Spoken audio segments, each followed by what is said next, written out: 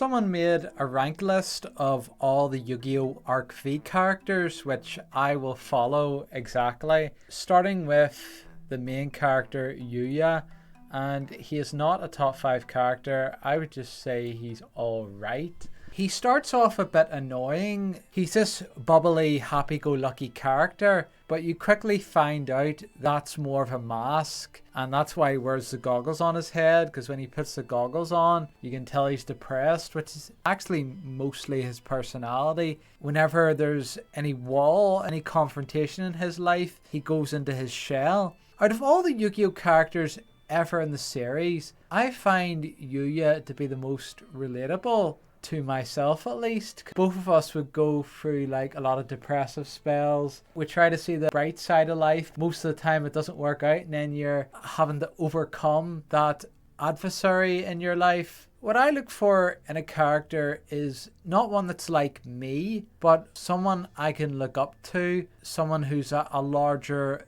than life person, hence why they'd be called a character. Yuya, I don't find him annoying as such. At the same time, he doesn't have that main character energy. He has more of a normal person energy. Like pendulums was his thing that he discovered even though he was given the cards. And then he gets all mopey because everyone else can use pendulums. He's okay. See these Yu-Gi-Oh! Cards, I don't care to rank them. They're not characters. Anything that who doesn't have enough screen time, I'm going to put in I don't care because it's not really appropriate for the list. Spoilers, there was a person and he split into 4 separate people, and Yuya is one of them and Yuta is another. So I would say Yuta is probably the most interesting out of the 4 characters. The dark, broody, emo type. He fuses with Yuya early on in the story. Although he's a tough guy, like whenever Yuya confronts him, he realizes the error of his ways and he puts his life on the line to save Yuya. He is a complex, interesting character. I actually would have preferred him to be the main character than Yuya. Another Yu-Gi-Oh! Card. Next we have Hugo, not to be confused with Hugo Duncan. I'm sure most of you won't even know who that is. Hugo's like a hyperactive version of Yuya. Doesn't really have any mopey bits. He's got an interesting sense of humour, and he has a rivalry with Yuta, a misunderstanding of him being a bad guy. He's got a bit of an edge to him as well. He can be a wee bit annoying as whenever he's got a crush on his female friend and he gets a wee bit lovey-dovey. So overall, I'd say he's got more of a character than Yuya. In the Japanese subtitles, it's pronounced Yuri. This character, you don't really see Yuri that much. Yuri only really becomes a bad guy at the end. Sort of similar to Yubel from Yu-Gi-Oh! GX a wee bit. Interesting enough as a villain, very sadistic, you know, like Frieza. I would probably put Yuri last just because he didn't get as much screen time as the other 3. He's just sort of an afterthought until they get to the final world. I'm actually going to put all the ones not ranked, I'm going to put them in no. Zark was introduced at the very end as a villain, like he's the last villain. He doesn't have a personality other than just being obsessed with power. Any good villain has nuance other than just being the strongest, like motivation. Like they might just be an evil bastard, or they might have good intentions but be doing bad things. But Zark isn't a character, he's just an obstacle to overcome, and he's probably the worst character in the show. Next is Yuzu. I would say Yuzu's interesting, but Yuzu just doesn't get as much screen time. She's overshadowed by the next one we're going to rank here, but she does have interesting moments. She does get a few wins. Her duels are fun to watch. Like she's got a musical theme. She has that typical pink-haired anime trope of like slapping a guy whenever he says something inappropriate. But she's okay. These 2 and then the 2 other girls I'll be talking about, they were all one person as well, and they split into 4 people. Serena, I would say, is the most interesting out of the 4. She's essentially the professor's prisoner. The professor's the main bad guy of the show, and she doesn't understand why, and she follows his orders anyway. But then whenever she escapes into the real world, she discovers that the professor isn't to be trusted. She goes on a discovery to find out why, and she teams up with the good guys, and she's got that tough girl badass persona. She's interesting, but she probably doesn't get enough screen time to be anything more than interesting. Next we have Rin and Ruri, and to be honest I don't care about either of these two because they barely got any screen time. They're literally just damsels in distress that have to be saved. I don't remember who this is, to be honest, and I recently watched Arc V, so that's pretty bad. You have the main character's goofy dad. He is interesting, I would say, but we only see him in the final world that they go to other than Yuya's flashbacks, but he's a bit weird. Like, whenever he's having a duel against somebody, like, he doesn't seem to be a threat or anything. He just tries to goof off, and he's okay, but I think he's overrated by Yuya and the others immensely. Then we have Yuya's creepy ma who likes teenage boys. I don't like her because she's a bit of a pedo, but aside from that, she's just the mom character, you know. There's not really much going for her. She had an episode when she was like a biker girl and she was fighting her son in a duel, and she was pretty bad at it, but that was her highlight, her being like a tough biker chick. Not going to rank these cats and dogs for obvious reasons. Next we have the teacher of the duel school, Xyz, I think his name is. The English dub absolutely butchers his voice, but the sub, he's a lot more respectable. He is an interesting character, like he's very protective of his students. Like the announcer guy's trying to make Yuya a star, but Suzo is protective of Yuya. He knows he's young and he doesn't want him to crash and burn. And he wants to save his daughter, and he's very fiery, he pumps people up, and then he has a duel. I would say he's interesting. He just doesn't get enough screen time, and you see him at the start, but then whenever they start traveling to different worlds, he's non-existent. I don't care for these kids, to be honest, especially these two. This one was introduced as a new character in the first episode, I think, to the other two kids, but then he literally blends into the background, so he's supposed to be the best duel star of the three. But the wee girl actually had the best duel. She had like a water deck, which is interesting, but I don't care about kids. Probably the most funny one is the chubby wee kid, because he talks about having shivers. So I'd say the chubby kid, then the wee girl, and the wee boy, but they're kids, I don't care about them. Speaking of people I don't care about, the wee girl's mom that literally appeared in one episode, and the dad, which is I don't care. Now this guy, Big Gong here, he's my favourite character in Arc V. He's overly masculine, but he protects his comrades, but he realizes that that's also his weakness, and he works to improve himself. Even though this series is all about getting action cards to stop your enemy, his deck only works with monster cards, so he can't actually get the action cards. So it's interesting, he's got that underdog persona, how he works around that, and he's still a force to be reckoned with. I love the big skirmish he has with the other big guy who tries to bully Yuya, and they're just scrapping it out before the duel starts. You do think he's just going to be a character in the background, but he actually ends up being a badass, and he's got that shinobi Elvis thing going on, which is pretty cool. This is his dad. His dad just doesn't get enough screen time, but he looks like he would be interesting if he did. Then we have Nico Smiley, the announcer guy, and he has a sort of creepy old Beatles guy look to him. He is interesting, at least. You see him at the start of the show, like how he sets up all the battles, and he's very goofy, but again, once they start going to different worlds, he's forgotten about. Next up we have essentially the Waluigi of the group, Silvio.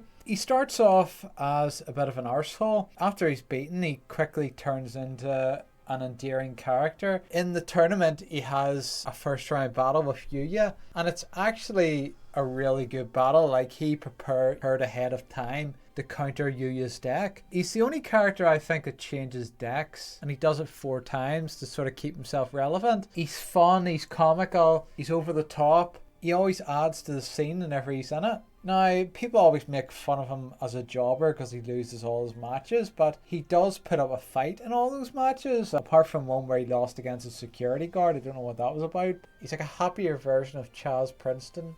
He's like the theatre kid. Yeah, pretty good character. His dad just didn't get enough screen time. There's sort of like moments where he tries to hunt down Yuya, but he's sort of comical kinda, but not enough to get out of the I don't care slot. Sora is quite a complicated character. He starts off as this childish guy who wants to be Yuya's apprentice, but there's hints throughout that there's a dark side to him, which he masks, and you see it whenever he fights one of the characters who was oppressed, and it turns out he was in the oppressor army, and he enjoyed being part of the hunting games and hunting them all down, destroying their world and turning them into cards. It's interesting him switching between his cutesy personality and his sadistic personality, and then he turns into more like a serious character later on. So he does have a lot of character growth, and he's a pretty well-written character. Another well-written character is Reggie. You think he's going to be like Kaiba because he runs his own company as well, and he's probably quite rich, very intelligent, and very talented. It's like if Kaiba had humility. That's who Reggie is, essentially. He hosts a tournament. He wants to gather up all the duelists to fight his dad's army in the fusion region. He's very logical, like he doesn't jump to conclusions. He waits until he has all the evidence before making a decision. Unfortunately, he does tend to sit back and let his troops do most of the grunt work. I would like to see him be more hands-on because his deck's so powerful. That's why they don't want to use him that much, but that does hold back his character a bit. I'd like to see somebody more hands-on. Next up is Reggie's brother, or spoilers, sister. You find it at the end. We're led to believe in the show that Lara is interesting because her dual ability is quite high, very similar to Reggie's. I don't find kids interesting in general. Lara's shy, reserved. According to Jack Atlas, there's like a determination in the eyes or whatever. I thought it was quite petty. She was desperate for her brother's attention and she got jealous because she thought that he liked the ninja more. This shows how immature kids are. Speaking of people who are uninteresting, the main villain, Akaba Leo, you don't see him until the end, really, like when they're talking about him. And he has this grand vision, but as a character, he's pretty bland. His idea of wanting to connect the 4 dimensions into one is interesting, but as an actual character, I don't find him interesting at all. It's funny, like him being set up as the final boss. And then when the actual final boss shows up, he ends up being the weakest person to fight against the final boss. But there's not really much to the guy, to be honest. Next is his wife, who hates him. I don't exactly know the dynamic between these two, how they met. I understand that he went to another dimension to raise an army and that's pissed her off, but I don't understand how they even met in the first place. Maybe when the dimensions all split into 4, she just happened to be his wife. I don't know. She's not really in the show that much. She's a bit cruel. She's like a Cruella de Vil sort of character, but you just don't see enough of her. There's hints that she was treating Lara as a weapon, and she could have raised Reggie that way as well, but we just don't see any backstory into that.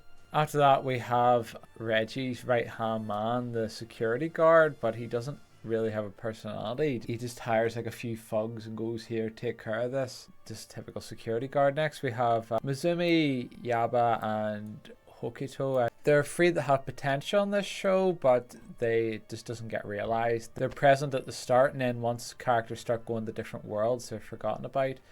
I would say out of the 3 of them, Mizumi gets the most screen time out of the 3 of them. Yaba, I find his dueling interesting with the samurai sword and having the samurai deck, and then Mizumi has the gem deck and Hokiko has the space deck. I don't know the name.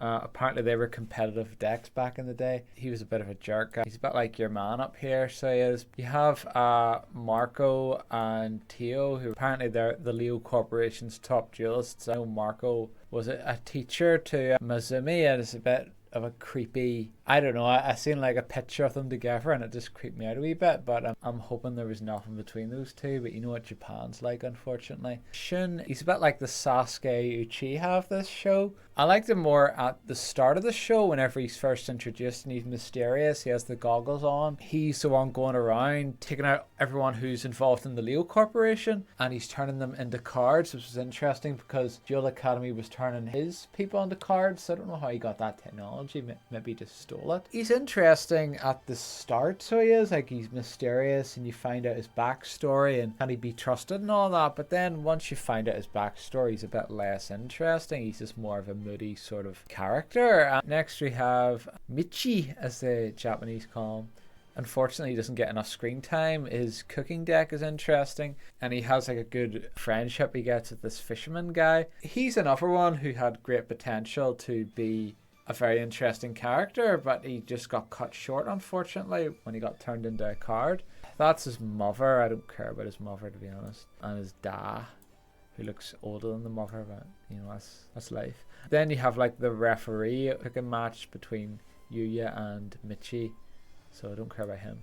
Then we have the fortune teller girl, Miru. I find it a bit creepy how tiny she is, and she has like the hots for Yuya. I'm not really a fan of that. She's okay. She's a typical fortune teller character, and I would say if she had more development, she would be a better character. But we have her fortune teller referee. Don't care, didn't get enough screen time, although she was hot under the mask. Nariku Uno. Then you have the know-it-all who knows everything. He reminds me too much of the smug shites I went to university with, who are very good in theory, but when it comes to the real world, they're not so hot. Yuya did a quiz match against him, a duel, and it's one of the few matches I've actually seen where the action cards just work very much against Yuya, but his opponent was that weak. I suppose it didn't matter. It evened out at the end, I guess, but he was interesting, you know, like typical know-it-all character. At the end, he learns his lesson, but we never see him again. You know, it would have been good to have that character develop. The referee for the quiz match, I don't care. Sakuragi, I'm butchering these names. In the tournament bracket above Yuya, there was the youth team, and he was the top of the top, but we never see him duel. He just runs away like a bitch, so I don't care about him. I actually do like this guy here, Akakuchi, I think his name is, who is the rival of Gong here. We see him in 2 flashbacks in 2 different episodes before we actually see him in person, and he has a match against Gong, Big Gong at the top, and it's actually really good. It's my favourite match in the show, where they're scrapping it out at the start, and then he's putting the pressure on and using the deck of the current champion of the Barbarians, and he ends up stealing all of Gong's monsters and going, you can't trust anyone in this world but yourself. And then he also hired his thugs to try and make Gong leave the match and save Yuya and give him the win. So, you know, he is an interesting character. I think if he had got more screen time, he would definitely get higher on this list. But Barrett, again, is definitely someone who didn't get enough screen time.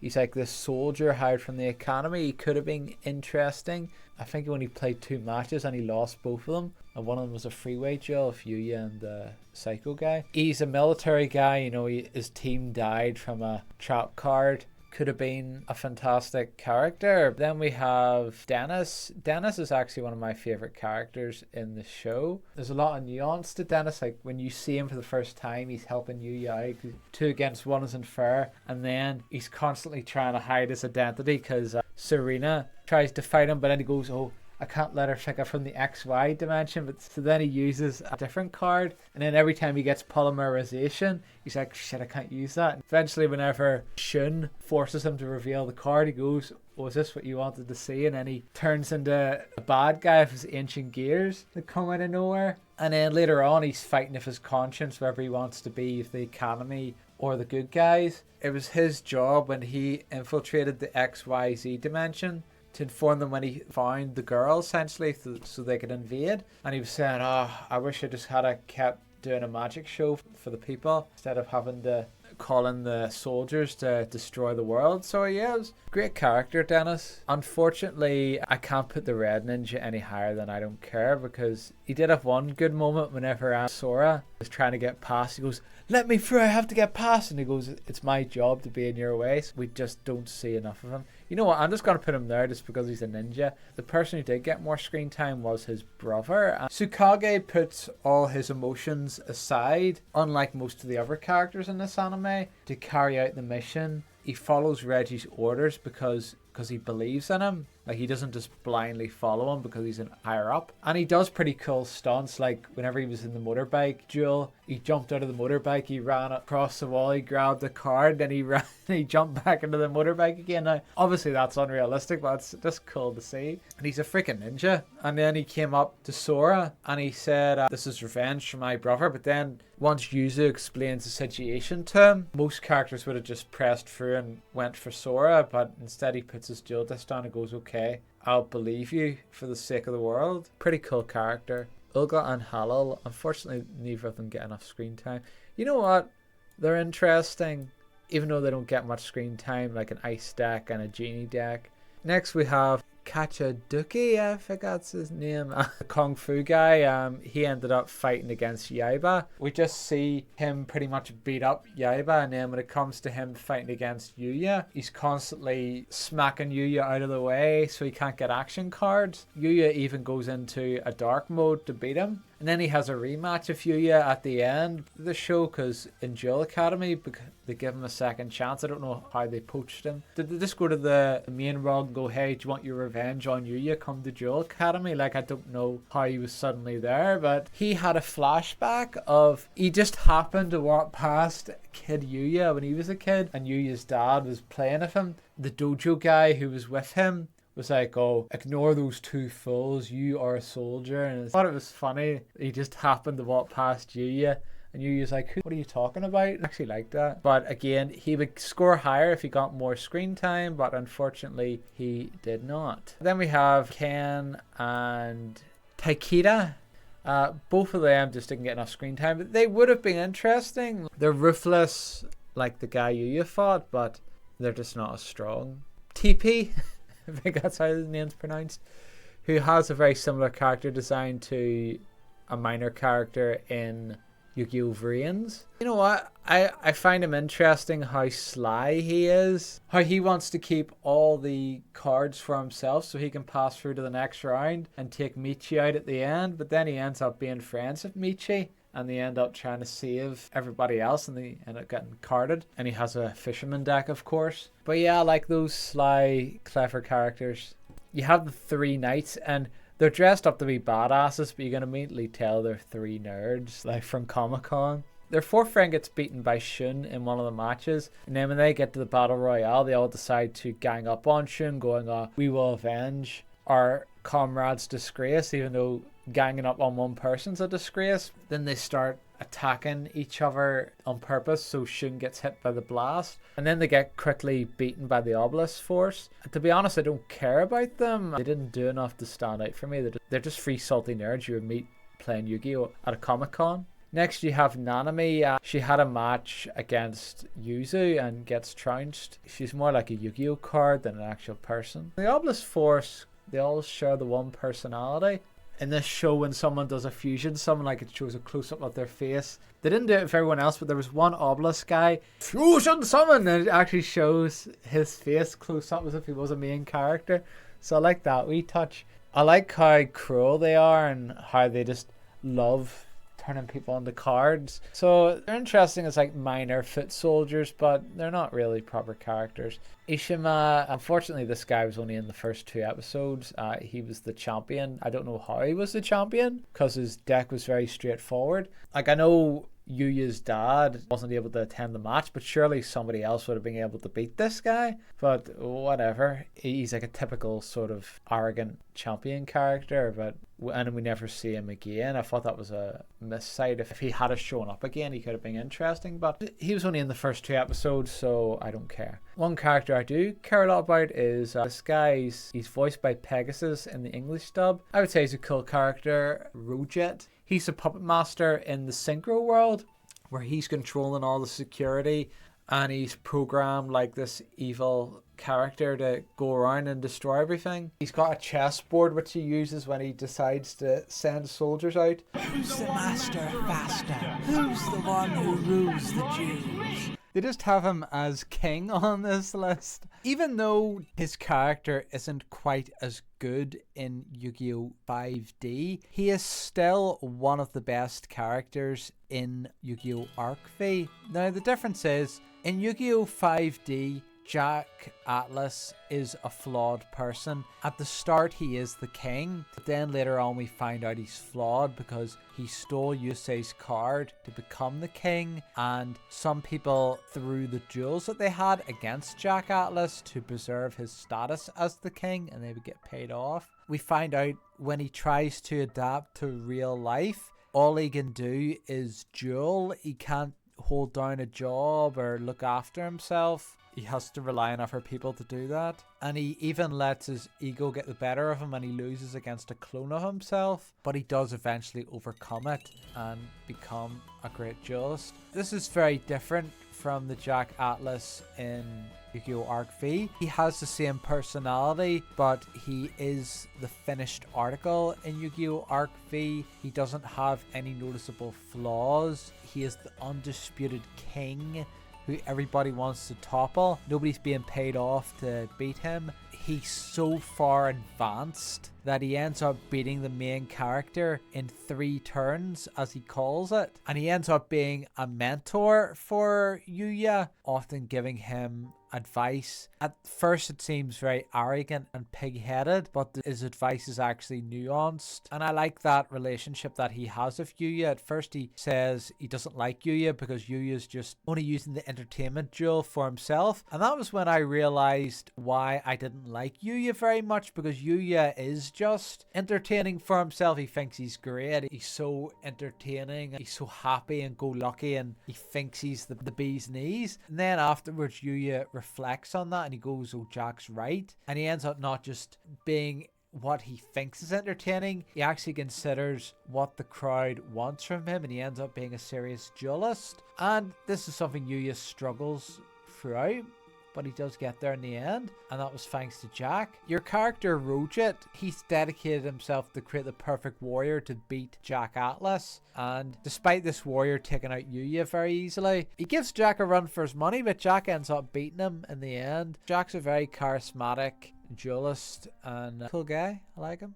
After Jack we have Crow. Now I see a lot of Yu-Gi-Oh! YouTubers they don't like Crow. The main reason they don't like Crow is because in any series, because in the manga, I don't know if I've got this right, but he ends up stepping into what Leo should have been. Essentially, he ends up taking over the story of Yu-Gi-Oh! 5D. But I've never had a problem with Crow personally, and maybe it's because I don't like kids that I don't mind him overshadowing the 2 kids in Yu-Gi-Oh! 5D. I actually like Crow as a character. I'm talking about Yu-Gi-Oh! 5D here. I like him a lot better in Yu-Gi-Oh! 5D. You think he's a sort of rough, thuggish sort of character based on his appearance, but he ends up having a very caring side, especially for children. He ends up wanting to do the right thing. He's a better version of Yusei Fudo, because Yusei Fudo's just perfection incarnate essentially, and Crow tries to do that, but Crow has flaws at the same time. But Crow is a force for good.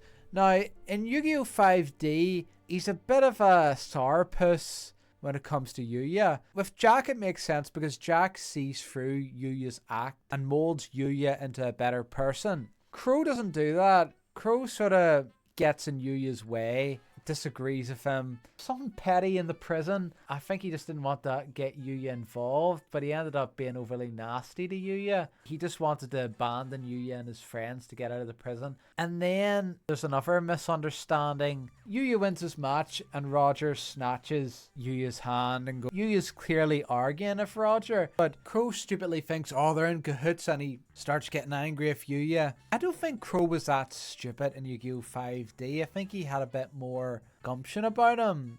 Crow in Yu-Gi-Oh! 5D would have had a bit more faith in Yuya. Maybe this is a result of him never meeting Yusei. Maybe this is what he would have been like if he hadn't met Yusei. And then him and Yuya end up messing about in a duel to try and throw it off, but then he ends up having the duel seriously because Roger's controlling Yuya. Crow actually does get better in the series because when you get to the fusion dimension, he ends up having this sort of chemistry with your man here, Shinjo. I'm sure some people have made fanfics of both of them, the suggestive looks that they give each other. It's I would say it's a deep friendship, but others would disagree. Yeah, so like that sort of male friendship that those two had, and how Crow puts himself on the line to save Shinjo in the jungle because he realizes it's too dangerous, and he ends up turning into a card. Somehow he ends up not being a card anymore, but then he has a cool tag duel with Shinjo against Zark. He ends up doing the most of the work, but I like the sort of buddy system he had at the end, so he actually does improve as a character later on in Arc V, I would say. But I would say Crow's cool. You have 3 kids. I don't care about the 3 kids, to be honest with you. Your boy Frank, he just blended into the background. Amanda, she was just sort of lecturing the 2 other kids, just a maternal figure for them. I suppose the kid with the weird face, he would be the most interesting out of the 3. he ends up having to get rescued in the match that Crow's in. Whenever Crow fights Shun, him and Shun end up being a bit bitchy to each other at the start, but then they end up being friends at the end, so I like that. Speaking of bitches, Shinji. First time I seen Arc V, I was thinking, because Shinji looks like a Yu-Gi-Oh! 5D character, I was thinking, I don't remember him from Yu-Gi-Oh! 5D. But no, he's a new enough character. Like Crow, he cares about the children. He's actually an interesting enough character because he's quite manipulative. Whenever he's in the tournament, he's always chanting to the crowd and riling them up, talking about fighting for a cause, you know, the commons toppling the tops. He's not exactly the strongest duelist, but he had an interesting deck of the bees. And then he talks about like the commons being like a bunch of angry bees leading the charge essentially after the tournament goes AWOL. A very morally grey character, Shinji. I know he's technically on the good guy's side, but even though Crow's like his best buddy, he sort of leans back and goes Shinji. But although he does end up stupidly going through Shinji's plans at times. Then you have Shinji's two lackeys. You have Tony the Tiger, who I don't really care about him, to be honest. He ended up having a duel against Serena and he lost. I suppose Damon was slightly more interesting than Tony. He ended up getting almost killed by the Psychopath. I don't think we've gotten to yet. Yeah, I had like an alien deck too. Then we have Shujiro. I like Shujiro. He ended up, when they went to prison, like he was the big boss that Yuya had to beat. And he actually would have beat Yuya if he had kept doing a boring strategy, but he refused. He ended up being this very sinister, morbid character who he used to be like somebody who entertained crowds. All he cares about now is being rich, having resources, squashing anyone who opposes him, ruling with an iron fist. Then Yuya teaches him the error of his ways, because of course he does. Then he ends up enjoying the duels at the end, and he ends up going for a character change, which I always like seeing that. He goes, "Let's enjoy!" And then all the prisoners start cheering like little kids. So then he ends up having a three-way duel with Yuya and Shinjo, and he's throwing his body in the way, he's riling everybody up. The old boy's having the time of his life, and then they skip to the tournament. He's like, "Oh, it's just my time to shine." Next we have Officer DC227. I don't know why they didn't just put in Tetsu Trudge from Yu-Gi-Oh! 5D, but he plays the exact same role, only he's a bit more generic. He's okay. We see him try to catch Hugo and lose to him in a duel, and then he's obsessed about staying in the tops, so he joins the tournament and risks everything to try and beat Yuya. But the only reason he's able to keep up with Yuya is because Yuya's in his depressive state, and he still loses, and he gets kicked to the underground. He's kind of interesting. Gallagher runs underground duels, and he finds Gong and Dennis. He sees their talent in a duel, and he takes them to the underground. Gong refuses because he's too noble, and he sees it as quite degenerate, but Dennis does it because he loves to entertain people. Then once the police come in, Gallagher does a runner, which is weird because then later on we're in the underground. He's working with the police, so I don't know why he was running away from them. I don't know, maybe he struck a deal off screen, but he said he was working with them for a long time, so yeah, there's a plot hole there. But yeah, he's this guy, he'll shine anybody's shoes to keep himself afloat. He ends up getting hurt in the end and arrested. Yeah, that's just his arts, but it's just a wee small-time villain, really. Melissa is a commentator for the matches in Yu-Gi-Oh! 5D tournament. She's just a typical cowgirl, you know. The first time we see her, she's desperate to keep the gig. She'll do anything it seems to do it, but then after that, she's just a typical announcer. Sam was a wee boy, thought Jack insulted him because Jack gave him this girly card.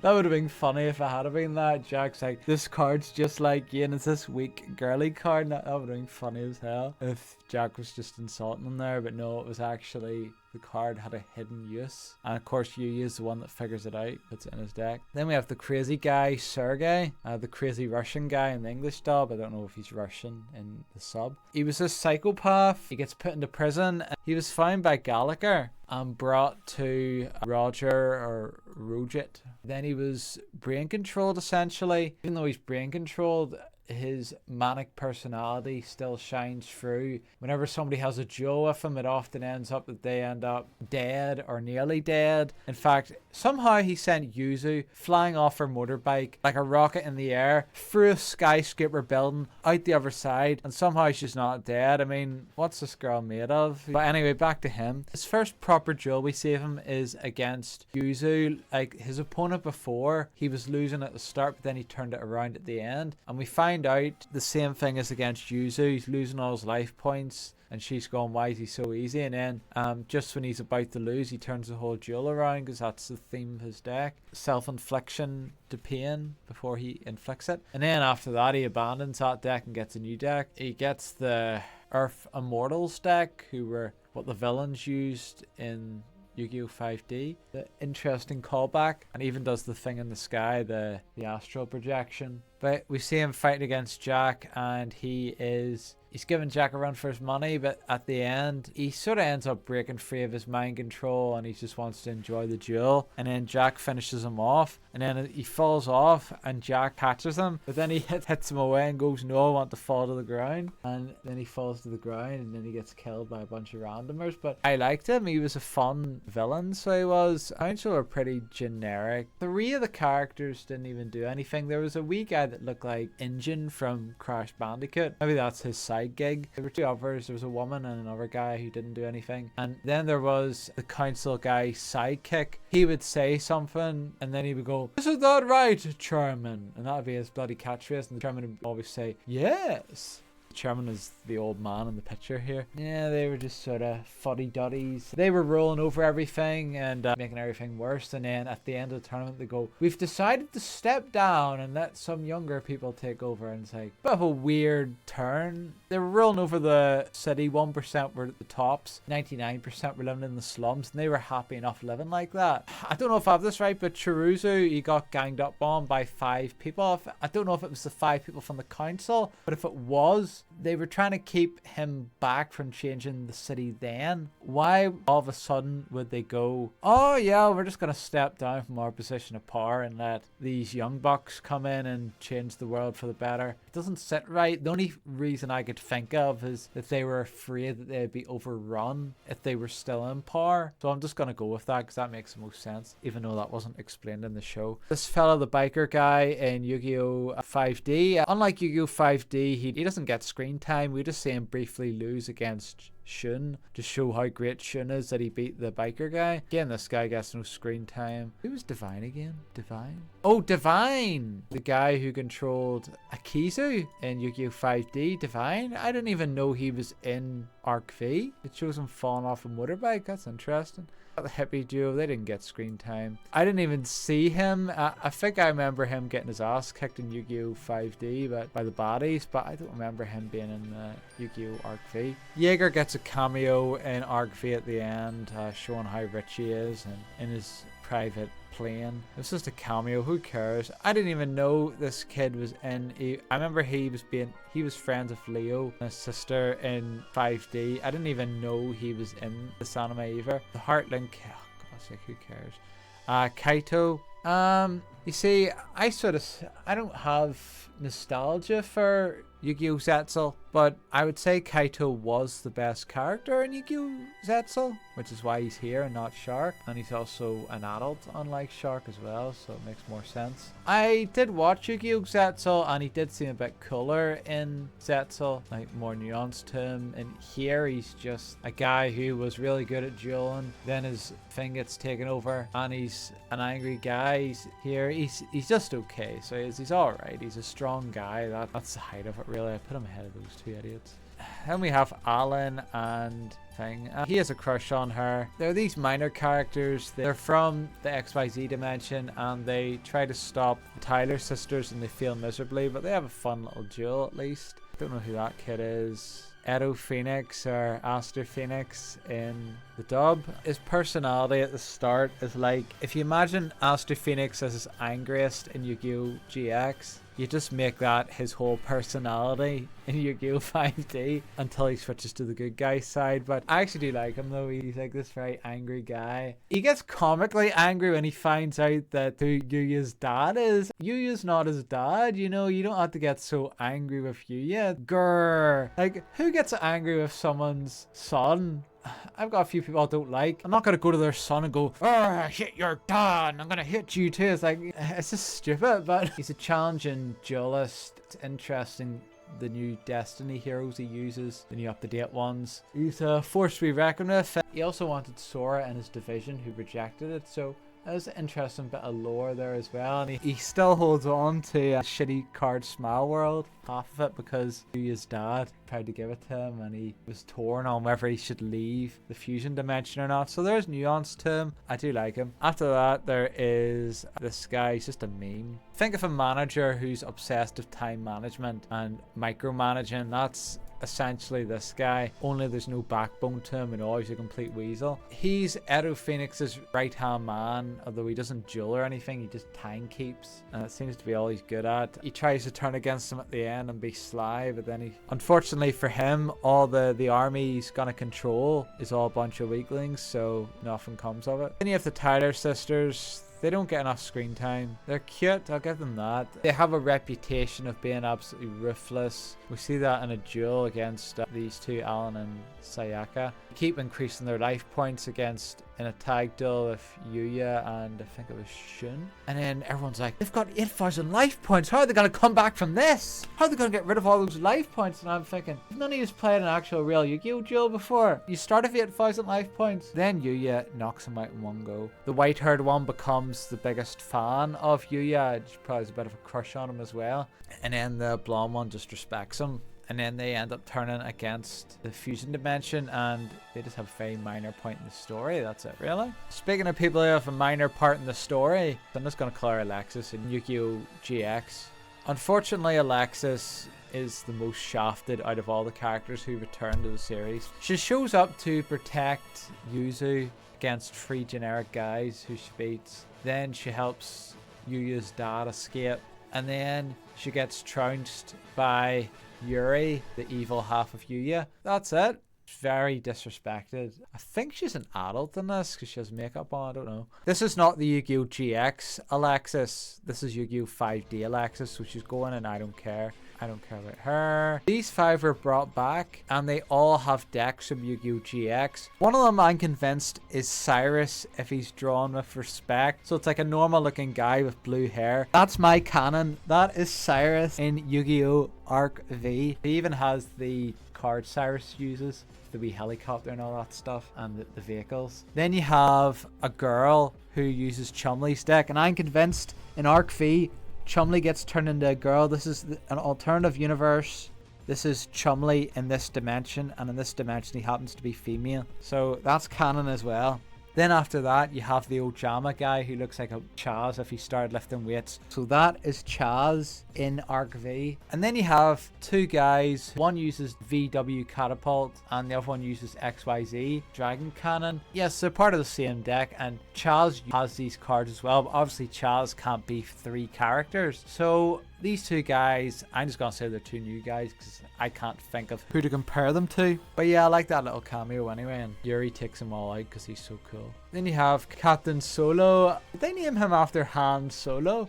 In the English dub, well, in both versions, Sora says to him, "Are you still cosplaying as a pirate?" And in the English dub, he goes in and out of his pirate voice to his normal voice. He's like, "Oh man!" And then he switches back to his pirate voice, which is more funny, I think, than in the Japanese one where he just sticks to his pirate voice. He just shrugs off the insult. And I thought it was interesting enough, but, you know, we just see him in one duel and that's it, really. And he gets ganged up on. Like, I thought it was a bit unfair on the captain because he probably would have beaten Yuya. We have Cyrus's older brother Rio, or call him Zane in Yu-Gi-Oh! GX. He's not even there. We just have a tombstone of him being dead. People speculate there's like a bit whenever we see 2 academy students laughing. People speculate that's Bastion and Zane. So I'm gonna say that was Zane just before he died, and this is his tombstone. Next up is the Battle Beast's victims. I don't care about them. They're all going in the I don't care slot.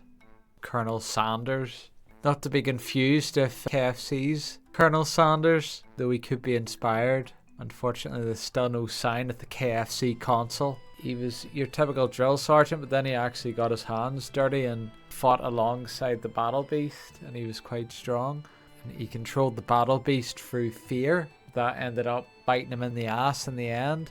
A lot of fans don't like the Battle Beast. I thought he was fine. He was a strong opponent for the heroes.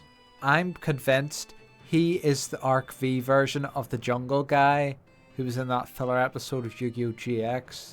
Although he seems like this unstoppable force, he actually is a very fearful person, always hiding behind his battle beasts and inside his fortress. And Yuya realizes this, and he compares it to him putting down his goggles to hide his face. So thanks to that, he uses his Performa Pals to pull the battle beast out from his fortress, throw paint on him and get him out of his shell basically and win the duel.